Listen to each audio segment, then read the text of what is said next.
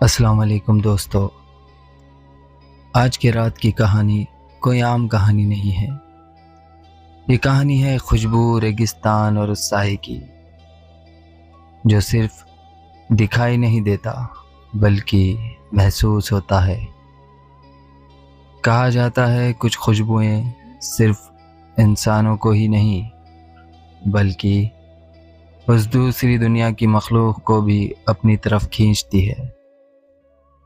تو دوستو، آیت الکرسی پڑھ کر اپنا حصار باندھ لے اور ہیڈ فونز لگا لیجئے، لائٹ بند کر دیجئے، کیونکہ جو کہانی آپ سننے جا رہے ہیں وہ راجستھان کے ریگستان سے جڑی ایک ایسی سچی داستان ہے جو آج بھی لوگ رات کے وقت یاد کر کے کانپ جاتے ہیں۔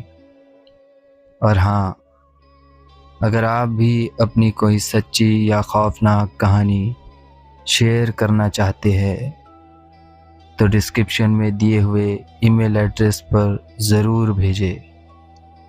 ہو سکتا ہے اگلا قصہ آپ کا ہو۔ تو چلیے بڑھتے ہیں آج کی کہانی کی طرف۔ یہ قصہ شروع ہوتا ہے راجستھان کے ایک چھوٹے سے گاؤں کلدھارا کے نزدیک بسے ایک علاقے سے۔ وہاں کی ریت اپنے اندر ہزاروں سال پرانے راز چھپائے ہوئے ہے۔ اس گاؤں میں ایک شخص رہتا تھا جس کا نام تھا سمیر۔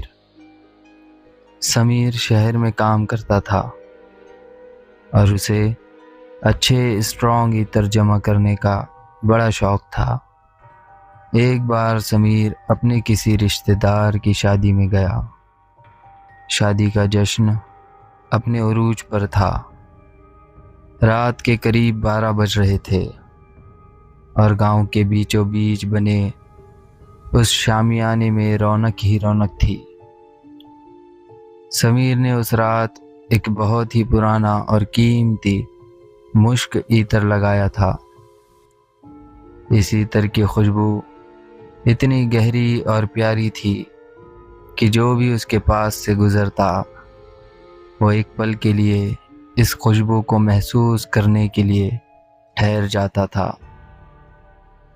لیکن اسے کیا معلوم تھا کہ اس خوشبو سے وہاں موجود صرف مہمان ہی متاثر نہیں ہوئے تھے بلکہ کوئی اور بھی اس خوشبو کا دیوانہ بن چکا تھا۔ تبھی اچانک سمیر کو ایک فون آتا ہے۔ شادی کے ماحول سے تھوڑا دور سمیر اپنے فون پر بات کرتے ہوئے ریگستان کی طرف نکل گیا۔ چاند کی روشنی میں ریت چاندنی کی طرح چمک رہی تھی۔ سمیر باتوں باتوں میں اتنا مشغول تھا کہ اسے احساس ہی نہیں ہوا کہ وہ بستی سے کتنا دور نکل آیا ہے۔ تبھی اچانک اسے محسوس ہوا کہ ٹھنڈی ہوا چلنے کے باوجود اس کے آس پاس کا تاپمان بڑھ گیا ہے۔ اسے پسینہ آنے لگا۔ تبھی اس کے ناک میں ایک عجیب سی مہک ٹکرائی۔ اس کا اپنا عطر جو پہلے گلاب اور چندن جیسا مہک رہا تھا اب اس میں سے سڑے ہوئے گوشت کی بدبو آنے لگی۔ سمیر ایک جگہ رکا۔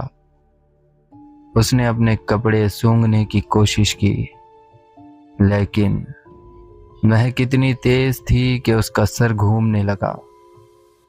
اس نے پیچھے مڑ کر دیکھا، وہاں کوئی نہیں تھا، صرف دور دور تک پھیلی ہوئی ریت اور کانٹوں کے جھاڑ تھے۔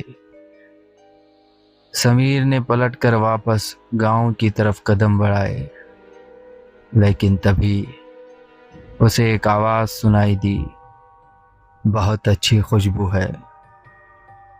یہ آواز کسی انسان کی نہیں لگ رہی تھی، یہ ایسی تھی جیسے ہوا خود بات کر رہی ہو، ایک خوفناک آواز میں۔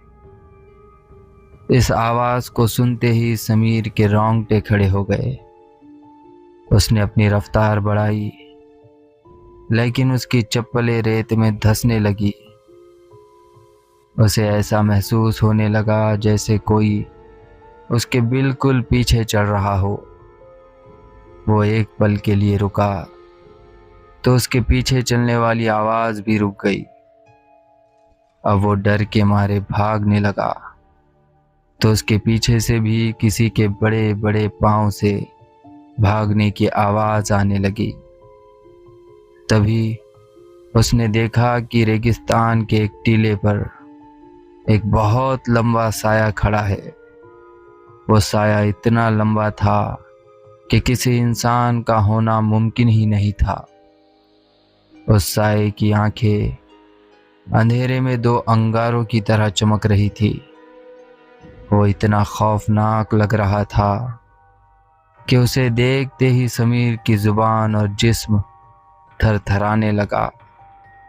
اس نے چیخنے کی کوشش کی، لیکن اس کی آواز جیسے اس کے گلے میں ہی پھنس گئی تھی۔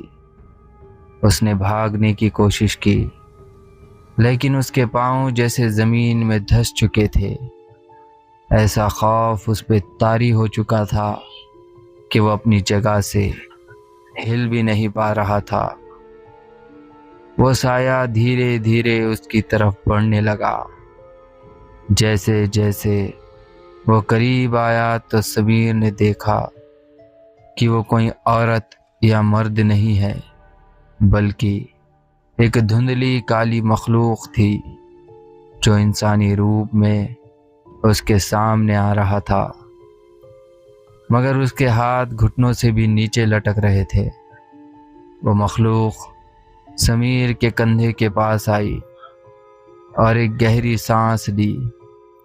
سمیر کو اپنے کان پر اس کی گرم سانس محسوس ہوئی اور اس مخلوق نے سمیر کے کان میں کہا، یہ عطر یہ ہمیں بہت پسند ہے، اب تم ہمارے ساتھ چلو گے۔ سمیر نے ہمت جٹائی اور وہاں سے جان بچا کر بھاگا۔ وہ گرتا سنبھلتا اور چلاتا رہا۔ راستے میں اسے ایک پرانا پیپل کا پیڑ دکھائی دیا۔ کہا جاتا ہے کہ ایسے وقت میں پیڑوں کے نیچے نہیں رکنا چاہیے، لیکن سمیر اتنا ڈر گیا تھا کہ وہ وہیں ڈھیر ہو گیا۔ صبح جب گاؤں والے اسے ڈھونڈتے ہوئے آئے تو انہوں نے دیکھا کہ سمیر پیپل کے پیڑ کے نیچے بے ہوش پڑا ہے۔